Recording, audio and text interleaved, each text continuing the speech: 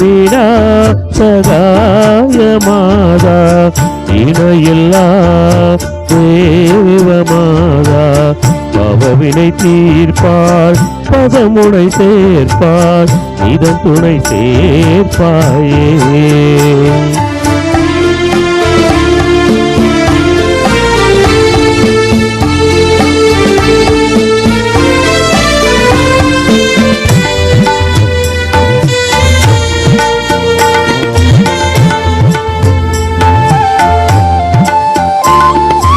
ஆராத மன பொன்னை ஆட்டிடுவாள் அன்னை தீராத துயர் தன்னை தீர்த்திடுவாள்